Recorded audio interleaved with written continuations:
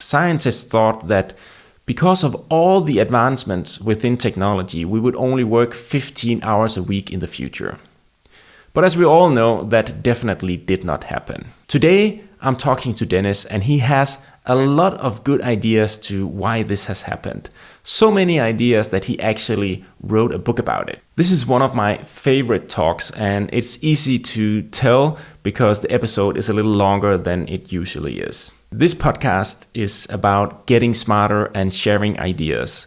And that is also why I'm so proud of this episode. There's a lot to be learned from what Dennis has to say. And even though that we are not in agreement of everything, I think he is onto something that we cannot ignore. I hope you enjoy this episode of the podcast. Let's get started. Dennis, welcome to the podcast. Thank you. And thank you so much for joining me today. I'm really excited. I'm a big fan of your book.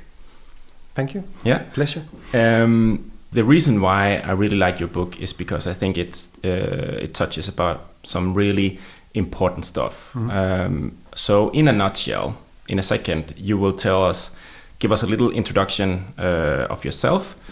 But the topic for today is Pseudo Work, as your book is called. And I will also let you introduce what it is, and we'll talk more about that. So if you could start by a short introduction, but as you know, you can't say what you're working with too much. Not now, because we'll get into that later. So who is Dennis? Dennis is a father of 4, living in northern Zealand, but originally from Jutland. I lived there for most of my life. I'm a political person. I'm interested in politics. I have always been opinionated, as they say, about large and small, and that. So I mean, I'm also very driven by the political values that I have had for as long as I remember. Yeah. And I try to bring that into not just my professional life, but also how I treat my kids and my wife and my family, and the sort of home I want to establish. Mm-hmm. Sounds really good. And I heard something about you like chainsaws. Is that true?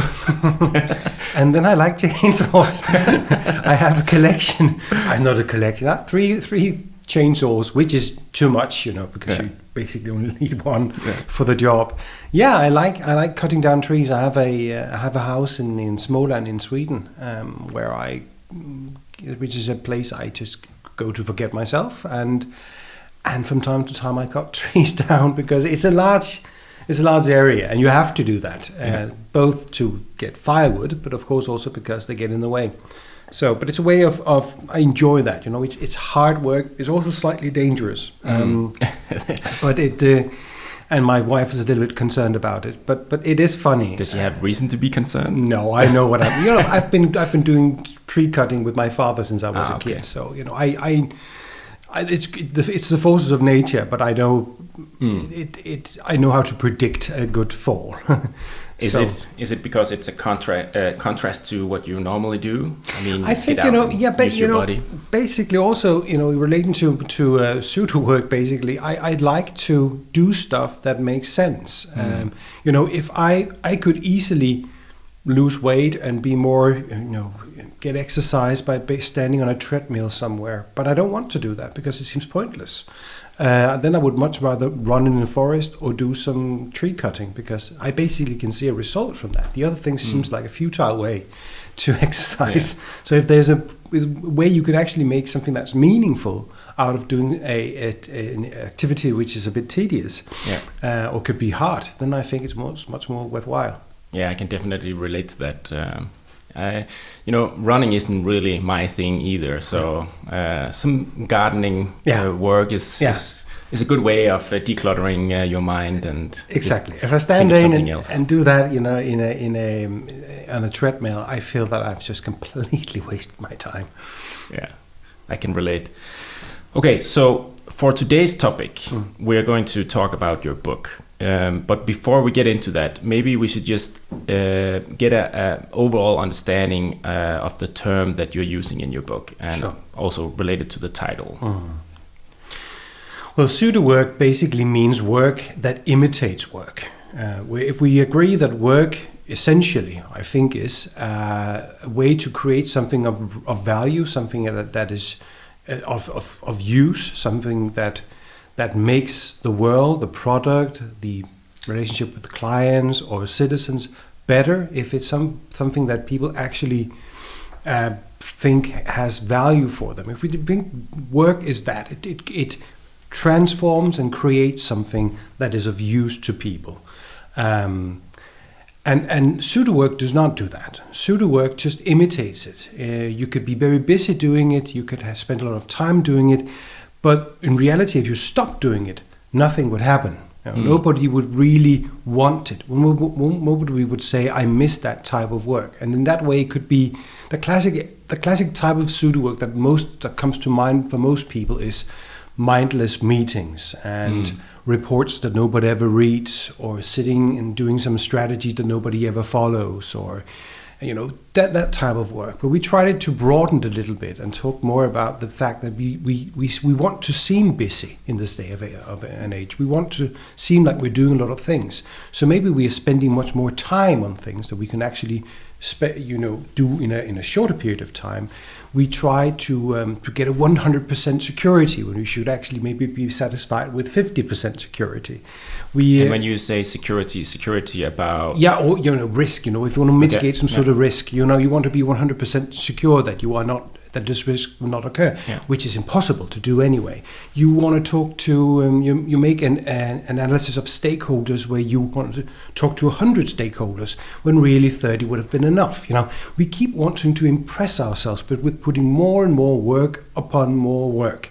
And we were curious about why this is. Why do we constantly, not punish ourselves, but why do we keep being busy? Keep being busy. We were, basically interested in the fact that 100 years ago, policymakers, philosophers, economists, big time economists like John Maynard Keynes, they thought that it would be realistic that around 2030, the average work week would be 15 hours. That would be enough. If they basically looked at the numbers and basically just prolong these predictions, they would say there would be no more need than work about 15 because hours. Of advancements because in of technology. efficiency and advancement in technology. And everybody that can, look around yourself, there are a ton of things that we don't do today that we used to do before. So technology has really helped us. There is a lot of efficiency out there, a lot of stuff that nobody needs to do anymore. So these people were absolutely right. We did create a lot of small things that could prevent us from, consuming so much time. Yeah. But for some reason or the other, this did never transform itself into more free time, and that is why didn't this happen? Why did we find more work to do? And was that type of work we found out there actually real work, or was it just a way of have you basically just told ourselves that work takes about 37, 40 hours a week without anybody really contemplating on why that is? How did we decide on that? Yeah, you're right. I mean, I was actually thinking some of the same things when I started reading your book, because I had the opportunity to kind of, let's call it, redesign my life. I sold the company, so I didn't have a job. Yeah. So I was rethinking everything, and I was thinking why we were working Monday to Friday and then had 2 days off. Why not work 3 days or 7 days or less hours? I mean, who made up the rule that we had to work Monday to Friday and then take 2 days off? Yeah. I mean, some parts of the world, they actually take Saturday off, I think, and then work Sunday. But do you know? Nobody came up with that. It just happened. The work hours we have are usually the result of negotiations between labor unions and politicians, etc., and of course also the people who have the factories, etc. So they are kind of actually sub-optimizations. Yeah. Because the rules are there, but nobody's actually, challenging the rules. They're just saying, okay, how can we get the best out of the situation as it is. Also remember that, in the good old days, in the industrial age, it makes sense, right? Yeah. Because the more hours you spend on something, usually the better it became. Yeah. When you're at a factory. If you're standing at a factory on a machine, spending 2 hours more on the machine was also worth 2 hours more of productivity. Yeah. But we don't live in that type of world anymore. Some of us can actually, create a lot of things and a lot of value in a very limited amount of time. Yeah. So we have sort of inherited an idea of value that is very much, is connected to the idea of time. So the more if you just pay people for their time, you expect them to be more productive. But actually, that's not what we see. According to the OECD, if we look at all the places in the world and look at the productivity they have and the hours they work, actually it's a reverse correlation. We find that the places in the world where people work the most hours, they produce the least. So basically, the whole idea of time and productivity has sort of eroded over the years, but we haven't really figured it out. So we keep repeating the industrial idea of time and productivity and value as connected. Instead of just basically thinking, well, if the job is done, it's done, maybe. So maybe leaders are not that good at actually defining what the job is and when it's done. Exactly. Because I could relate to that. When is it actually done? Actually, I had a conversation in the podcast. He was a realtor from Luxembourg, and his idea was that people could just go home when they were finished or do something else at work. And I told him that I was going to speak to you about the exact same thing, but he says it's okay if they're reading a book if they're finished. So I said, okay, could it be any book? He would prefer if it was a book that contributed to their personal growth or something related to their profession. But my point is, why should we go home, and what should we use our time? What should we spend our time on if we go home? Whatever we think is valuable and meaningful, because this is basically a call for getting meaning back into people's life. The people we talk to in this book who had pseudo work, who believe that a large portion of what the work they did was absolutely futile and made no difference to anybody. They were very, very, they were sad about the fact that they were wasting their life doing this. So maybe they should go home to their kids, which we see less and less. Maybe they should read a good book. Maybe they should find out who they were, have a more existential analysis of themselves. Instead of going around in a wheel like this, telling yourself that I am this job, I am this profession, this is me. Because the more you look at the stuff you do and the more you think that it's actually futile and stupid, the more you get in an existential crisis with yourself, because I built my whole idea of myself around this job. And that's actually also why I asked you to introduce yourself without connection to your profession. Because when I had the chance to redesign my path, I actually experienced the same thing, because now I was no longer the CEO of this company. I was just me. And because I've spent maybe 80 or 90% of my time on the company and so little time on myself, there wasn't much left. I mean, I'm still the same person, but I just didn't spend that much time on myself and my ideas and my strategy and how I could grow as a person. Exactly. So I think I'm probably not the only one that spends a lot of time on work, and if that work is meaningless or futile, we become demotivated and we get into a crisis. There's nothing wrong with spending a lot of time with your work if that's what you're passionate about, if it's meaningful, if it corresponds to who you are. I'm not the one to say you shouldn't work more than 40 hours a week, you shouldn't work 70 hours a week. Who am I to decide that? But I will say, if you have a job which is as stupid as pseudo work and spending so much time on it, you are making a mistake. Yeah. But how can we figure out if something is pseudo work?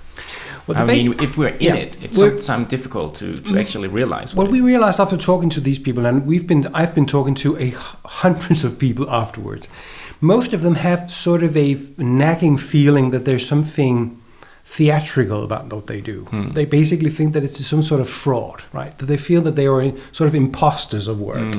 They they get the feeling that time and again they make up excuses for why the report they make is not downloaded by anyone, and why the projects they sit with have no real impact on anything.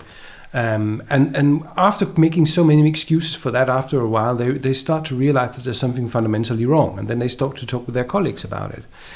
Most of the people actually didn't realize this until they stopped in their position and looked back on what they had done before.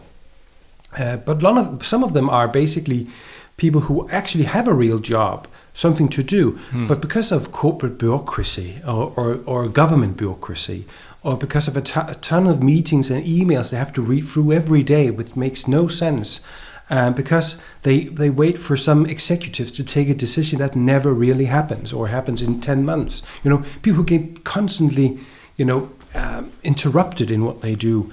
They also experience pseudo work, because they experience that all that stuff has nothing to do with value creation, but it basically just is a stop-go phenomenon for them to work.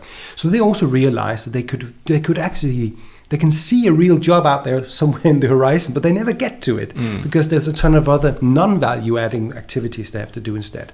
So when you get frustrated about this, when you get home to maybe your spouse again and again, and they ask you, so what have you been doing today? And you must say, I do not really know. Do you think they would admit it at home?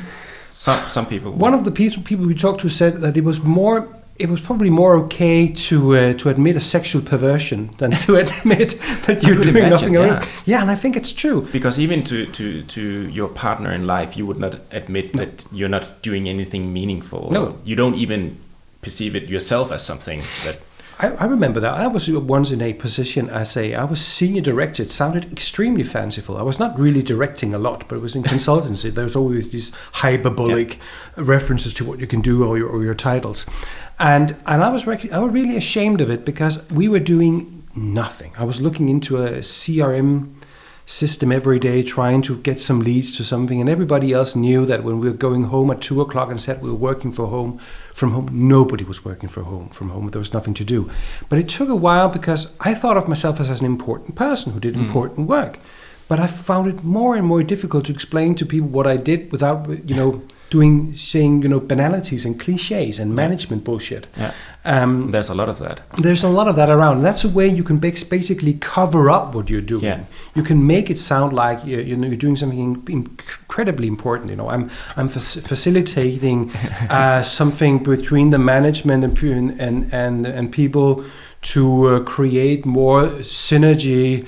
And blah blah blah. And nobody really knows what you're talking about. Nothing, right? Yeah. And nobody knows what you're actually talking about. But it seems very impressive. Nobody, if you ask them, all right, what you did that just told me there that you're doing, could you causally explain what the steps are in this? How do you actually create what you just said you are about to create? Yeah. And when you do that, people get incredibly embarrassed or irritated, or because you basically pull the rug underneath some of their ideas about how important they are.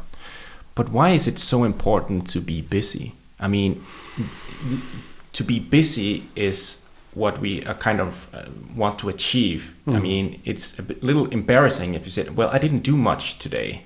Yeah. Why is that? Yeah, basically, we've become accustomed to basically answer the question with, are you busy? With yes, right? Or we ask each other, are you busy? Instead of asking people how they are, how they feel. Yeah, exactly. So being busy it's partly due to our culture. It is a sort of a Western cultural phenomena that a Protestant ethic of being busy, because in this way you present yourself as somebody who is going somewhere, who has a high degree of moral, who sort of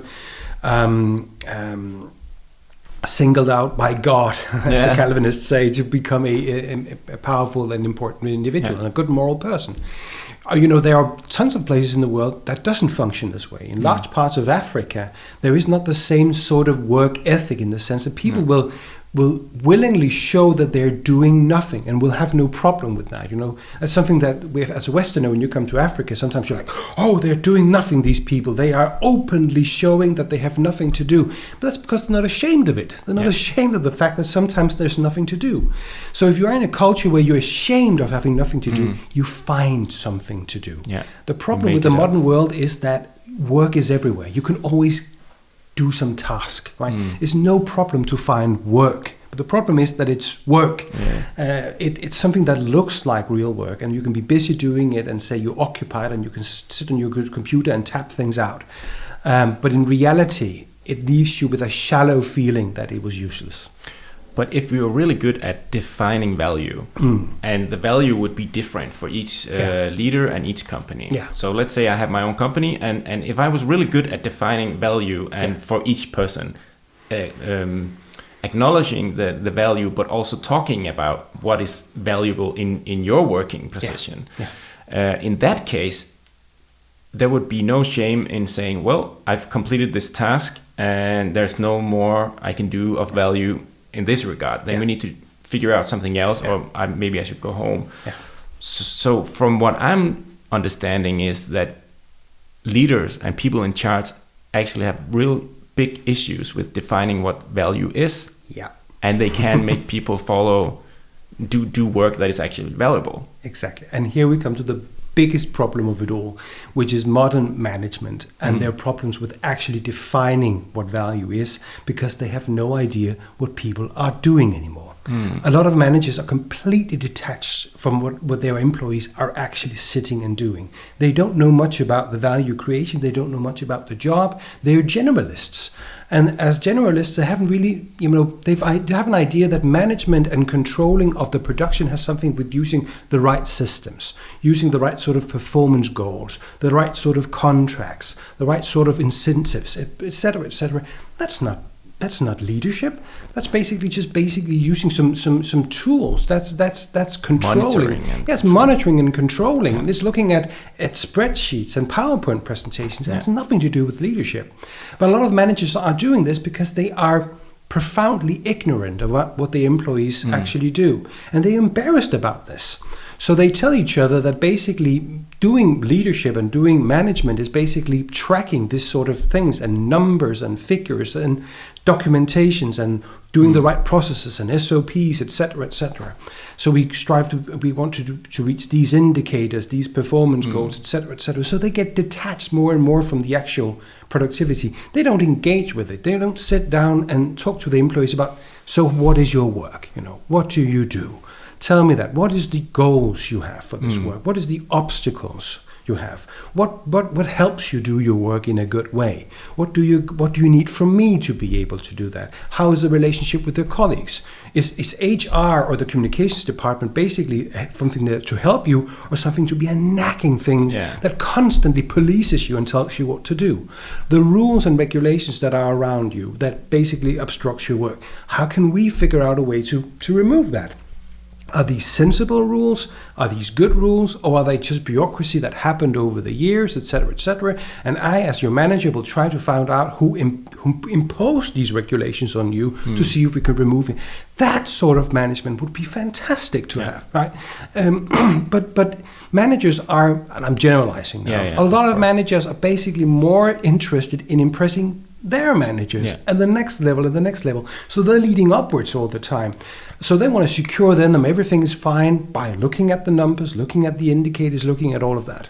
And you get an estranged management that is basically alienated from the people, and the people get alienated from their managers. And then we see this miserable system where a lot of people believe that they have incompetent managers. They're not stupid or incompetent, but basically they've just lost focus in their work. So it's very dangerous for them to start a conversation about value and value creation. It's much more easy to talk about hours and billable hours and invoices, etc., etc. Because those are things that they know. They know. And they can move to a different company and start the same process all over again with having no idea what the company actually produces. It's terrible. And actually, I think they were put in that position, but they were never taught themselves what is the value that they were supposed to govern or to promote in the company. So somebody higher up has the same problem, and then everybody has the same problem. Nobody's really specific about what kind of value creation we are doing here. They know that they are doing a product. But that kind of leads me to the next question. We are following these stupid rules, and we're not really focused on the real creation. Do you think that has something to do with meaning and purpose? Because if we're producing a car, then we know exactly what to do. But what kind of, producing a car in itself is not a direction, but a purpose that would be, over that production of the car.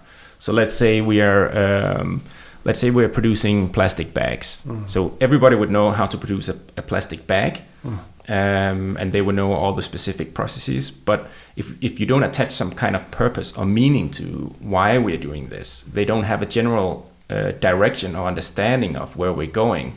But if we said we were producing these bags because they are friendly to the environment and we want to replace all the bags that are not friendly, then we have a way of communicating how to create value. Do you think we need like a surrounding framework for what we're actually doing that is founded in meaning or purpose? No.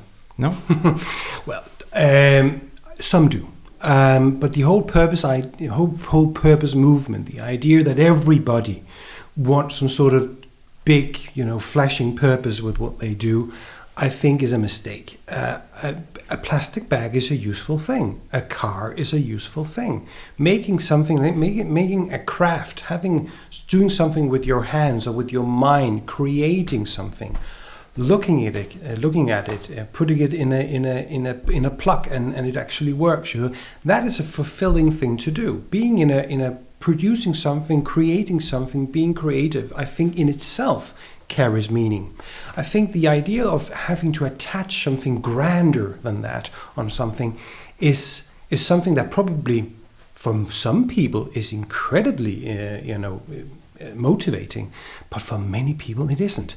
Because the problem with this is that then you have to sort of force some sort of purpose into something that's pretty banal and pretty profane, right? And I think that is as a consultant, I did that for many years, basically luring people into believing that there was some sort of grand idea with what they did. But I know every day on the shop floor, they only said, yes, we're doing this. And then they stated the mission statement of the company when some HR person was hanging around on the shop floor. They did that because a consultant came there and asked them, can you remember the mission? They were more like thinking they were basically in an exam. It wasn't like on a day-to-day when they're standing there doing their work that they basically had this, this grand idea in their head. They were interested in finding something meaningful, purposeful, again, basically, answering a need somewhere for somebody with that product. And I think that the idea of purpose can actually turn into pseudo work itself, because I've seen many consultants come to people who basically just wanted to do their job, and now we have to spend 2 weeks on a workshop with post-it notes and ideas of a grand mission and vision, but we know that most people have no interest in and doesn't really motivate what they do. The consultants keep saying, oh, that's because they're not good enough, these visions and missions. That's because we should just work more on them. But what if there's something fundamentally flawed with the idea? Maybe people, there are some very, very good surveys on meaning in work done by both Deloitte and McKinsey. And their idea of meaning is basically the type of meaning I'm talking about, which basically is doing the task, seeing it's meaningful, that it works, that it fills a need. And they can see in their surveys that people who have a meaningful job, this type of meaning, are more productive, up to 5 times more productive, more engaged, more everything. And they really stress in their surveys that we're not talking about a grand purpose. They're basically talking about looking at the meaningfulness of the actual task. All right. So let's say we are back to the production of bags. Yeah. And you call it the little meaning. The little meaning of work. Yeah. But to the worker on the floor. Yeah. I think that person has different incentives than the manager, obviously. But the manager wants to produce more bags to earn a larger profit. Yeah. Basically. Yeah. So. Yeah. So let's say that we agreed that you should produce 10,000 bags a week or whatever, and you reach that goal. You reach the 10,000 bags, and now you would actually be able to go home. But that's not what then there's a stretch goal, and then there's something else. Yeah. But then, so the manager would say, okay, then you could just produce 1,000 more. Yeah. So what kind of platform should we use to agree on the value? I mean, that's what I was searching for. Yeah. That purpose could be a platform to agree what value is, to have common grounds actually. Yeah, but the problem is that that the manager has the purpose that he wants to sell a lot of plastic bags and make money. Making money is not a bad purpose. Making money is okay if we don't have value creation, if we don't have money, if we don't have more growth. There's a lot of things we can't do in this world. We've somehow told ourselves that making money basically is sort of an amoral thing to do. But it isn't in my book. It's quite all right to make money. So you're trying to basically, sometimes I feel that the whole purpose idea is trying to again sort of hide the fact that that's the idea of a lot of things. Yeah. And I think it's perfect. What the manager should do is say, we agreed on the 10,000 plastic bags. That's basically our goal. And now you have honored your part of the deal, and I have honored my part of the deal, and now you can go home. That would actually make people believe in their managers. Yeah. That actually the things that they decide together is a realistic thing to do, or actually develop, or the realistic goal are things that people would like to do. I in my new book also try to tell people, the managers, how they can sit down, make realistic, agreements on goals with people, which are actual results, not indicators. Indicators are nonsense, but actual results that we can do together with my help, and we can reach that result, and we can be happy, and we can go home after that.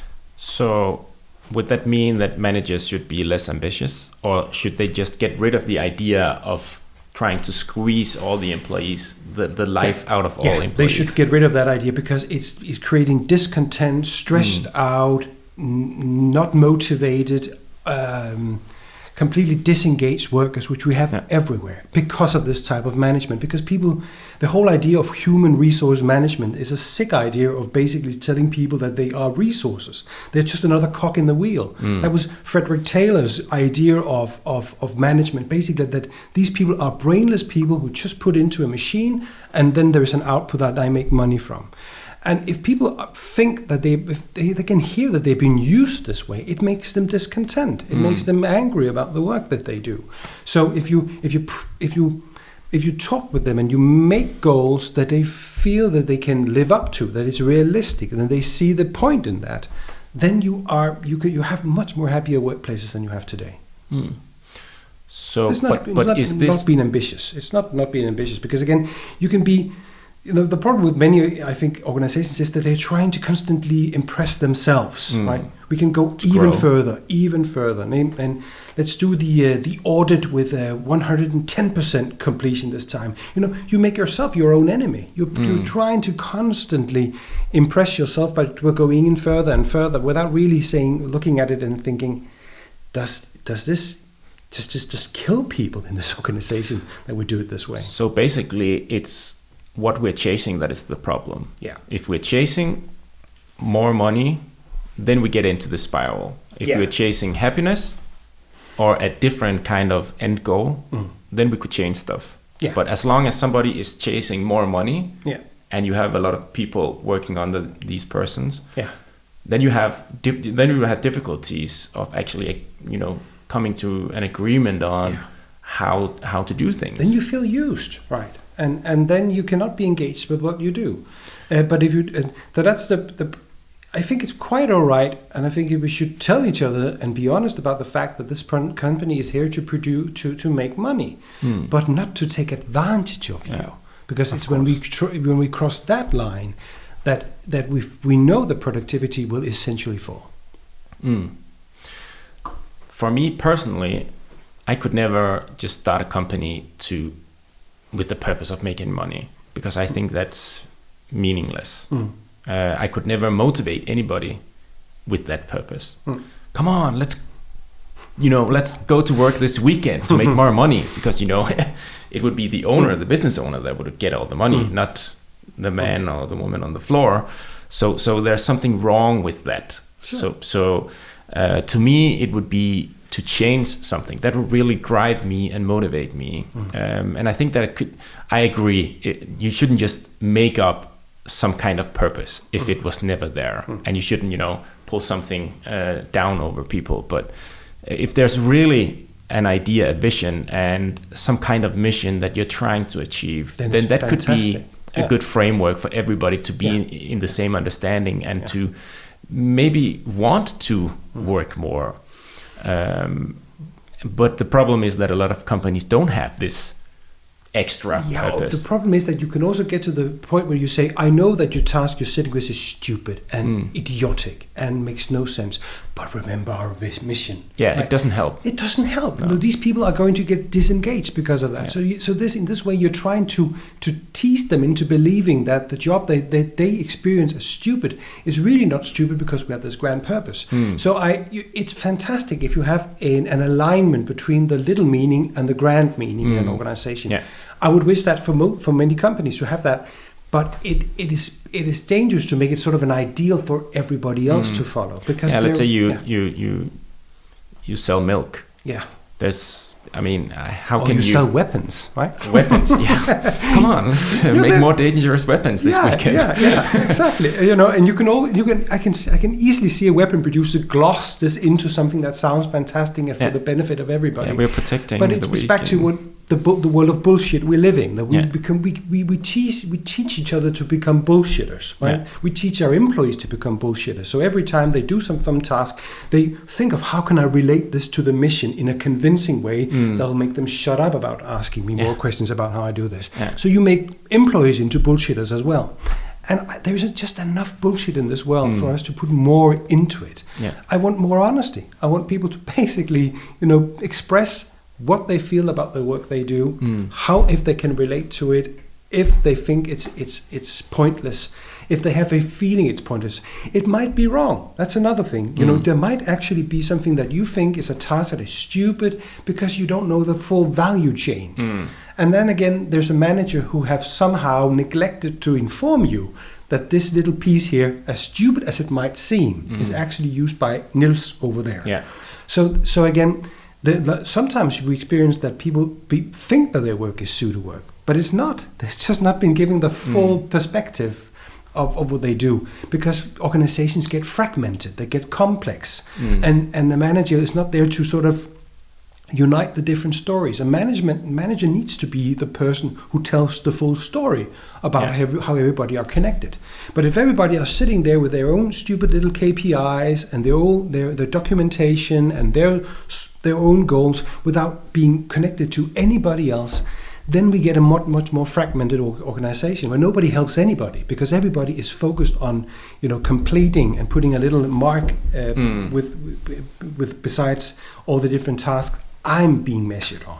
I think we are afraid of stepping out of our comfort zone to do something different, because we would immediately look different, obviously, but it would also seem as less, because we have agreed that we work Monday to Friday. Yeah. We agreed that conclusions end up in PowerPoint presentations and so on. What do you think? You think you're right. They want something tangible, right? They want something they can see and they can maybe just show to somebody else. Yeah. And there are certain, in this way we are playing, as I said before, some sort of theater when we work. There are certain roles we have to do, certain things. I'm an anthropologist. That's basically what I'm interested in, how we keep reproducing stuff over again just because we've always done that. There's a certain way you do presentation. There's a certain way as a consultant and client relationship, and it has this certain amount of paperwork that needs to be done. But we should challenge people with this. One of the companies I mentioned in my book is a consultancy company that went from a 5-day to a 4-day work week. And one thing they realized is that basically they were writing consultancy reports that nobody really read. They could see that because they could track them, digitally. You can see people reading an executive summary. Nobody read anything more than that. And said, this is just stupid. Everything we make in this company can be described on a 2-page executive summary. End of story. So we could save ourselves from time. And that worked very well, because they told the client and make time, spend time on saying, we know for a fact that people don't read what we send to them. So we can just basically, here's the concrete evidence. It doesn't happen. Yeah. So let's just agree and stop this charade, and we'll send you 2 pages. And again, if you want more information, pick up the phone. Contact us. That's what we're here for. A lot of things that actually are done in reporting and documentation could be done by basically advice. That's something that really is striking me, that a lot of the irritating bureaucrats out there are looked at as irritating bureaucrats and staff functions, because basically people who do the real work think that they get in the way with their constant new ideas and procedures and documentation. What if we basically let these people be advisory people instead? You could basically call if there's stuff you needed help doing. So they write processes and structures the work and rules and regulations, because they basically have a default observation about human beings that we are all stupid, right? So everybody needs to follow this exact set of rules, because we believe in the lowest possible human denominator. That basically everybody don't understand. That's why we wrote anything. all the procedures. That's why we wrote them. Instead, what about using these people as a resource, right? Calling them. They should call you. You should say, I don't want to deliver a PowerPoint presentation. I'll tell you what to do. If in doubt, if you want to know it again or hear more about it, call me. I'm at your service. That's what I'm here for, giving you advice. So basically, I think this is a way of just telling each other that the job needs to be performed in a different way than when we're used to. Yeah. We could also the reason why people sit in meetings which are tedious and they get nothing from is because they think it's impolite to say, I'm leaving. I have nothing more to contribute here. It's not that you having a bad meeting, but it's not for me. I have no interest in this. I can contribute with nothing here. But why is that not acceptable? We're too polite. I have this fascinating story in my new book about this woman who really tried to get out of a project. She kept saying, I have nothing to contribute with here. It's much better if you use my resources everywhere else. But everybody in the project group gave her assignments. You can maybe do a digital digital travel through this new process, or maybe you could write 5-page summary of what we do here, and maybe you can. She said, but all of these ideas are bullshit. So can I please just get out of this project group? I can do nothing here. But she said people were so helpful in their effort to try to give her jobs which had zero value. So I think we're too polite. Basically, again, we don't want to be exposed. We don't want. We are so afraid that we're going to be exposed, and since we are leading upwards, a lot of. I know you state this in your book as well. Correct me if I'm wrong, but I think that we're spending a lot of time on making sure that we look like we're working and that we are important. So if somebody was actually honest, then we would be exposed, and it's not just one person; it's everybody who's covering their own ass and trying to look important. That is true. That's true. And if one person is saying we need to to stop the charades and just do work, then everybody else looks bad. Yeah, the problem here was, as he said to me, there was nothing wrong with their project. There was a fine project, but it just had nothing to do with me, and my skills could not be used in this project. But they felt that she was sort of attacking the project, just because she said, it's nothing for me. Because we're so used to everybody will say, yes, I can do that. Yes, there's work for me here. Even though the work is stupid, I'll do it so I seem busy. So basically pulling the blanket underneath this rationale is provocative to many people. It's provocative to say, I'm leaving this meeting. It's provocative to say, can I please stop receiving those emails from you because I never read them, right? Yeah. And again, maybe I'm a little bit interested in my new book in personality types, because one thing I realized doing this work that I've sort of ignored in the first was that many of the people who came to me and told me that they were fed up with their pseudo work, a lot of them said, well, I'm probably the person that sometimes says something that's a bit inappropriate. I'm a little bit difficult to work with from time to time. I don't, a lot of them said, I'm probably not very good at minding my own career. I'm a little bit too honest. And I think many organizations have a problem dealing with these knucklebacks, these troublemakers, they will say. Honesty and errors. Honesty and errors are not... We don't have an environment where honesty or errors are actually acceptable. Everybody's saying, hey, you can always come, please tell me if something's wrong. Yeah. No, I would never tell you if something's wrong, because you wouldn't accept that. No. There is a sort of a silent agreement that means you won't do it, right? Yeah. So everybody is standing there applauding the one stupid thing after another, because nobody is saying that makes no sense. You know, we'll forget about this 1 year from now, and this new thing will never help anything. But everybody's afraid to be the person who's saying that. But there are some, you know, and also because in management theory, in HR, we've been talking a lot about appreciative inquiry and positive psychology and having an open environment and inviting it, and all that sounds good. But the dark side of that is that it makes it very difficult for people who are complainers to survive. Yeah. If everybody needs to be positive all the time. So then you get a crowd of yes men who are applauding even the most stupid thing. That's what went wrong with, for instance, in Nokia. Nokia had this sort of culture where nobody wanted to say no to management. Nobody would say it's a stupid idea not to look at smartphones. And what happened? You know, Nokia was... pushed out. Exactly, because they didn't do it in a timely fashion. Because they were in this environment of yes-sayers who constantly just... were, you know, scratching the managers on their backs and saying it's fantastic, and it's stupid. And, you know, organizations are killing themselves with yes men. Yeah, you can find pseudo work everywhere, both in private businesses and in the public sector. Sure. Can you find it in private life?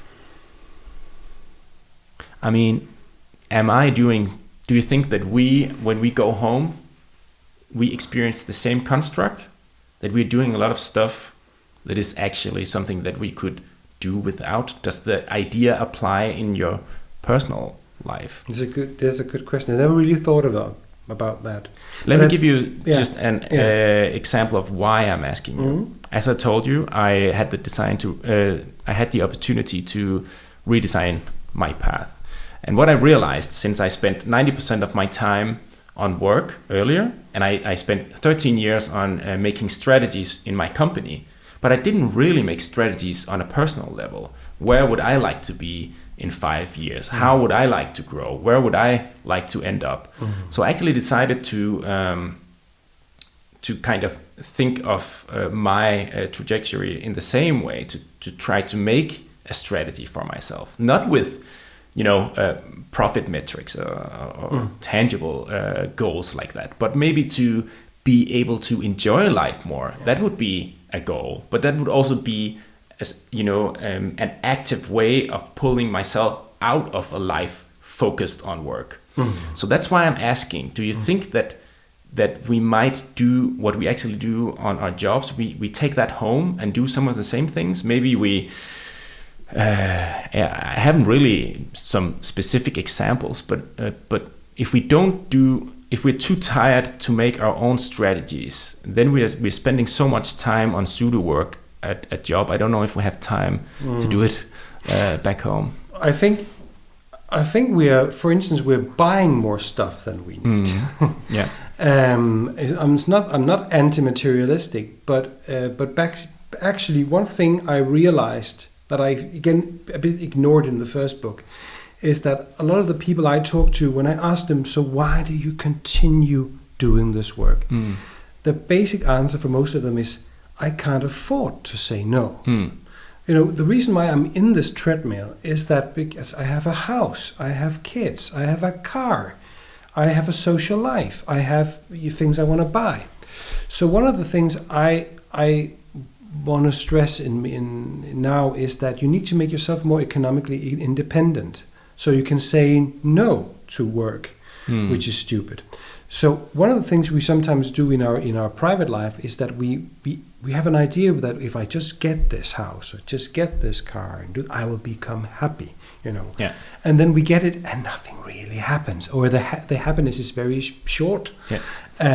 We know for a fact that when you get to a certain income level, it has almost zero effect on your happiness. So there's simply an objective measurement of when it becomes stupid to get more money and more things. And especially if you are in a job which is stupid and you are in this job to afford a lifestyle which in itself does not create happiness, then I actually think you are in a sort of a pseudo work situation in your private life. At least you implemented the same strategy, that you're kind of in the same wheel, but you need to take proactive actions to get out of that. You have to do something different. Otherwise, I mean, but you could also, I don't know if you have, I think, so from what I understand, the reason why we're in this situation is because some people can't say no to the money, but others actually can, but they would still be in it.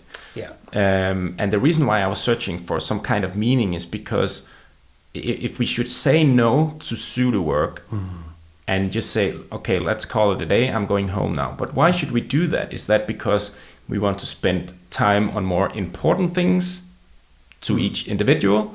Or why? Why? I mean, what is wrong with working 10 hours a day and not getting anywhere? Well, I think it leaves people shallow. I think it leaves them stressed out. I believe very strongly, I think there's good indications that pseudo work is probably one of the reasons why so people are stressed out. Because most of us can do, if we have an interesting, funny job or do something that we feel is experience as extremely fulfilling, we can do it for long hours and not feel tired at all. But having pseudo work is incredibly draining for people, because a whole day with this type of work can seem like forever. So people get stressed out and they feel very uncomfortable, and because they are in this situation, they think they're wasting their life. Especially my experience is that, as I said before, pseudo work really doesn't come apparent before in retrospect. People will look at what they did and say, "Oh my God, I wasted so much of my life doing this shit." Sorry. And that is a terrible thing as a human being, because we only have a limited amount of time. I don't know of anybody who doesn't say, "I wish I had more time." Time is the only limited resource we have. We cannot buy more time. So essentially, not spending in a right way, in a good way that you're proud of, is a catastrophe. And most people realize this only a little bit too late in life, when they, that's the classic example. Nobody on their deathbed will say, "I wish I had worked more." So again, we sort of forget this. We only have this insight a little bit later in life. We should try to develop this insight a little bit earlier, before we're dying.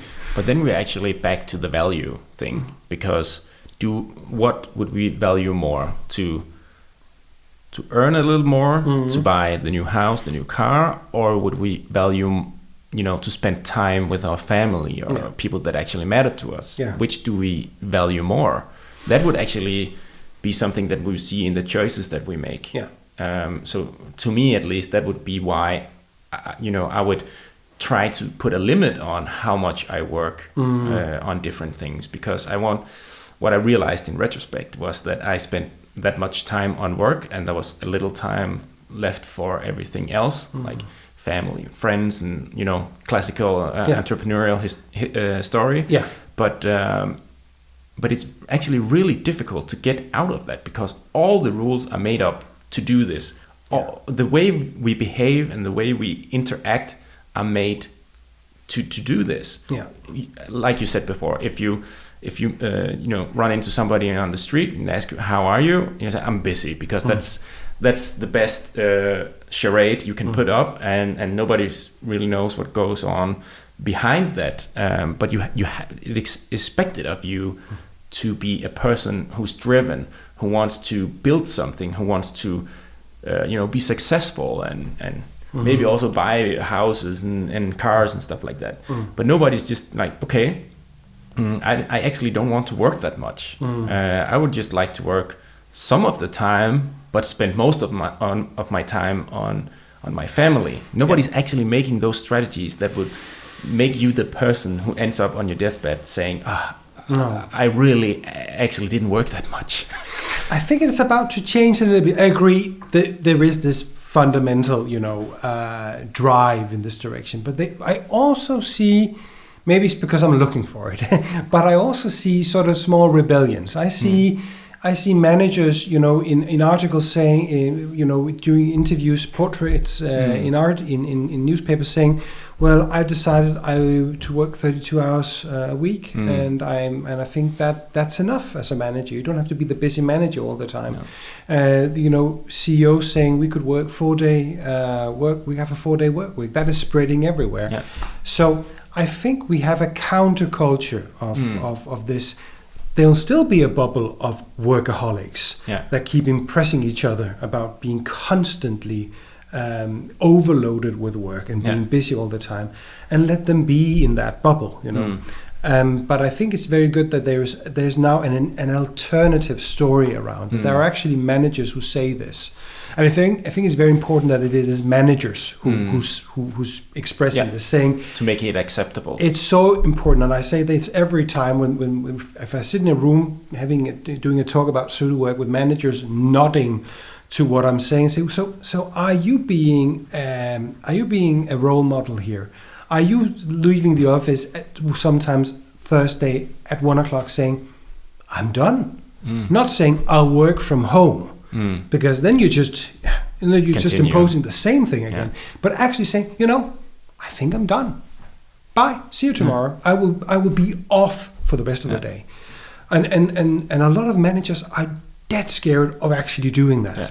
And it's because they're trying to lead upwards. That doesn't look good. It doesn't look good to their managers. You're not putting in the hours. No. Now we're back to the value. Yeah. It's always what we put into the system, not what actually comes out.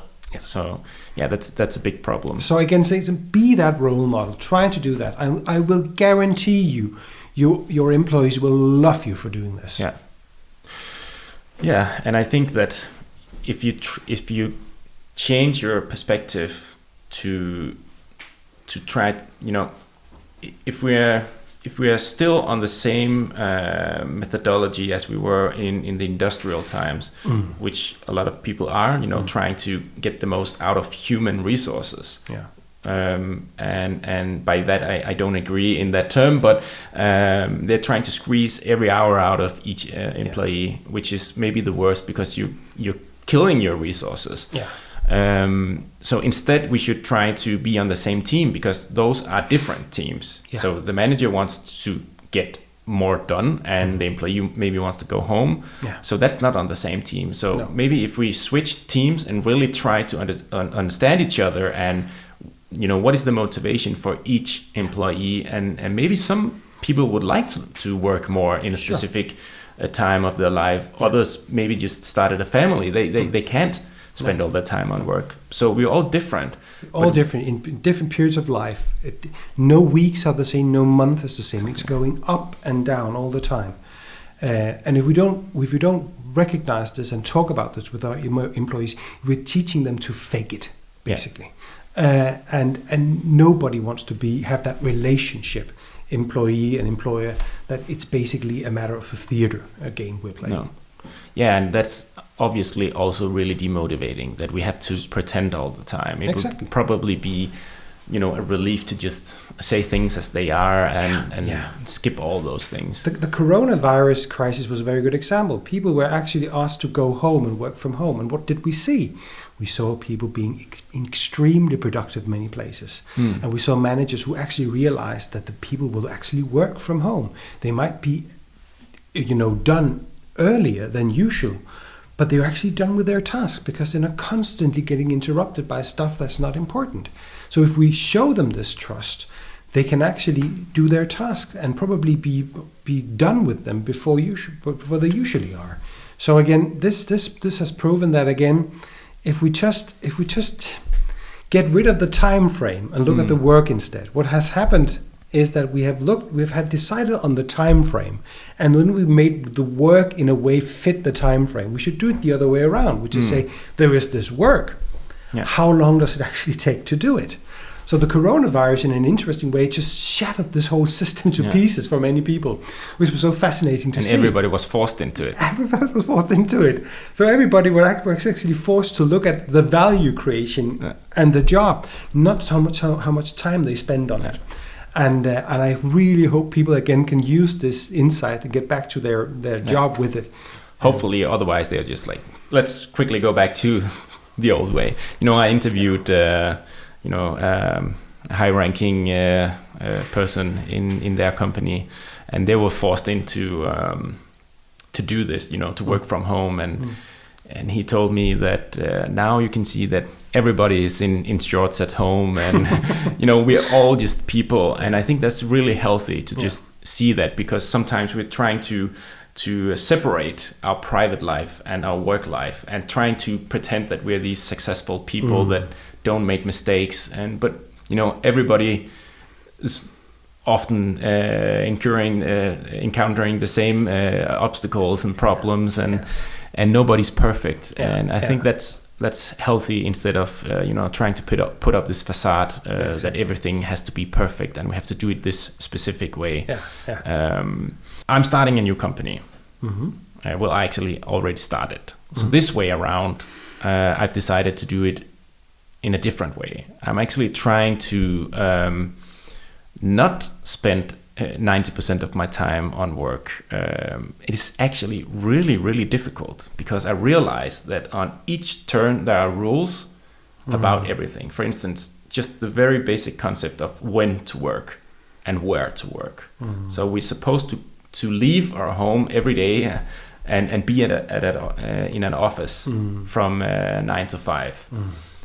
Since I don't have an office yet, I'm at home all the time, which was actually quite difficult for me, because I was used to, getting out of the house every day.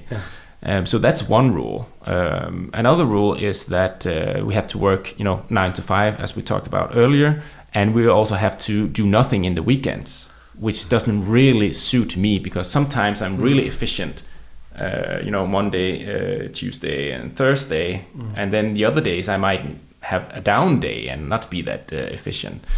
But I realized that on every turn there is like this made up rule that nobody challenged. So it's actually quite difficult to do it in a different way. Yeah, it is.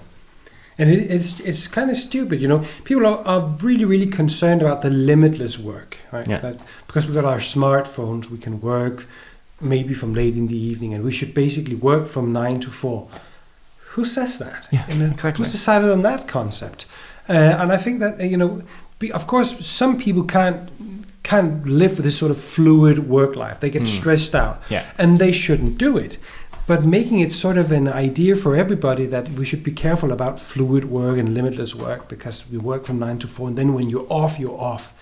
But what if I get an idea at 7 o'clock in the evening? Should I just not get that idea because now I'm not at work? This is stupid. You can't control it. No, because it's actually sometimes it's when you are relaxing, when you're not thinking about work, that suddenly a good idea pops up in your head, which is exactly why, what we talked about before, the managers should let people sit there maybe in the office for 3 hours just with a book, doing something, doing whatever they like, because it's basically when they relax their brain that this maybe new type of flow comes, and you actually think of new stuff.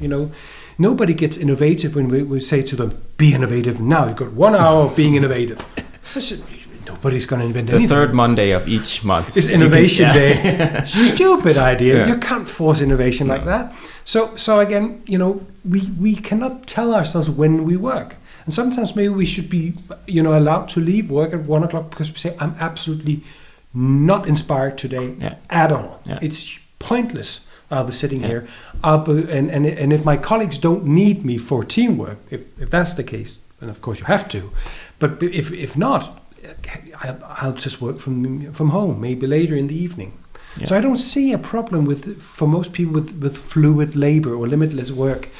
Basically, I think it's much more who we are, because it's a crazy idea that work can be crammed into 37 hours. We're trying to disconnect things, and they are definitely not disconnected. That's what we saw during the coronavirus. We saw that people were working from home, and they experienced firsthand that it was easy and a relief to skip 1 hour in traffic each way that made their entire life better. Small things like that. Yeah. But we're trying to disconnect things, but they are not disconnected. No. As soon as you're off work, you have an appointment with your kid or something else, and the more you have to stay on work, the more it harms your private life. Yeah. So I think that we would, as managers, we need to think of life as a whole. Yeah. Like I was also considering before that, what if we have the same construct in our private lives? It would be kind of illogical if we do stuff at work but not at all in our private life. So maybe there are some of the same things. And again, to avoid this, managers have to get back to talking about the value. Yeah. Because if they're constantly focused on the hours as well, we'll never escape this, right? But if the managers are actually interested in the value creation and know what the value is and talk to the employees about what are you supposed to do, what are the end results here? What are we satisfied with? If you get that sort of dialogue going, then you can get away from the tyranny of time and time measurements and basically back to value. And the one thing you get on top of that is actually more knowledge about what people do. Yeah. So everybody wins by trying to get away with timing and time measurements and basically having a conversation with employees about what are you supposed to do? What is the value you create? What can we decide on is a well done job? Yeah, definitely. So some of the things that I'm trying to do different in my new business, I'm trying to make my business fly with a maximum of 4 hours every day. That's the time that I allocated, because as you also write in your book, work takes the time that you allocate. Yeah, it's Parkinson's law. Yeah. So I'm trying to actually test that. So now I tried it the other way, unlimited time to do all that I could every day.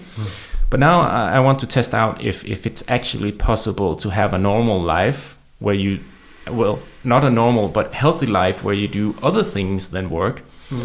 So sometimes, and it's meant as like a guideline. So if I, for instance, work 10 hours on Monday, then I could work less the next day, but it doesn't have to be 4 hours every day. No. And I don't care if it's Saturday or Sunday and stuff like that. And when I get an office, I will I will make a room that people can go nap in. That's a great idea. Yeah. I don't know if they are like me, but once in a while I just get exhausted and I need to just relax for a short time. But just saying that out loud is actually weird. It doesn't feel like something that belongs at a workplace. It's like an unset rule. Sleeping at work, that's crazy. It's not ambitious enough. No. Why are you sleeping? Yeah, but if that could help you to be more productive. Yeah. And I think in many cases that could be. I mean, entire cultures do this. Yeah. When you get south to Spain and Greece, and they have a break in the middle of the day. As long as there's a possibility. It wouldn't work for me. I'll get all drowsy and confused if it wasn't work for me. It's an option that but would be there. Giving it as an option, right? Yeah. And I think we should get back to giving more people these types of options, because otherwise we'll get in the same trap of imposing rules and say, for instance, you have to work 3 days from home each week. Yeah. But why make it not optional? Yeah. But we're so used to, especially big corporations, to make rules about every possible things, and you get an HR handbook which just gets thicker and thicker with more and more rules about what we do around here, instead of making it much more up to the individual. If you can benefit from taking a nap, do that. If you benefit from working at home, do that. To a limited extent, if you have colleagues who needs to work with you and you are in a team, you can't do it every day. No. So there is a limit, but we can't tell you. But we should trust people to figure that out, right? We should basically trust people to figure out. Sometimes people have, the stupidest ideas of what's possible or not possible. People say, oh, we can't work from home because then I won't know if I'm contacting him, if I'll disturb that person. But call him, and if he doesn't answer the phone, he doesn't have time for you. It's as simple as don't make things more complicated than they really are. Use common sense. Yeah. If it's not a problem that your colleague will work from home and be not possible to contact. We just make up some stupid reasons why we cannot do it this way, which is basically not very sensible. No, I agree totally. So that's why I will try to challenge the basic concepts of what we do and what is possible. Yeah. We'll see. I'll try some other stuff as well. It sounds like a good idea. Yeah. Okay, I think that we need to finish up for today. But before we do that, I just want to ask you if you have one advice if people are experiencing pseudo work on a day-to-day basis. What can they do? How can they try to get out of it? Where should they start? Well, they should basically.